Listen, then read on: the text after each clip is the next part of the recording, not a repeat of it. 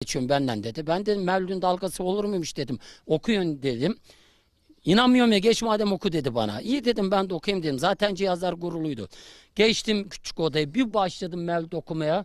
Mevlüt'ü okuyunca sesi duyan hoca gelmiş diyen oturuyor. Hoca gelmiş diyen oturuyor. Fakat hiç suratıma bakan yok. Herkes hoca niyetine bakıyor falan. Neyse o sırada kameraman demiş ki hep demiş gelenleri çekeyim. Biraz da hocayı çekeyim de ondan sonra gelenleri çekeyim. Kameracı da akşamdan da beni çekti ya. Adam nereden bilsin benim Mevlüt'ü okuyacağımı. Neyse ufak odaya gelmiş tam kameranın ayağını düzeldi. Tam bakar kana. Lan Allah Allah diyor akşamki hocaya ne kadar çok benziyor diyor. Bu diyor şey diyor çalgıcı ne kadar benziyor hocaya falan diyor. Yok yok diyor ya. Çalgıcı olsaydı onun gıçı mıçı oynuyordu diyor. Yok diyor onun diyor hocanın alakası yoktur diyor. Fakat diyor çok benziyor diyor. Kamerayı bırakmış.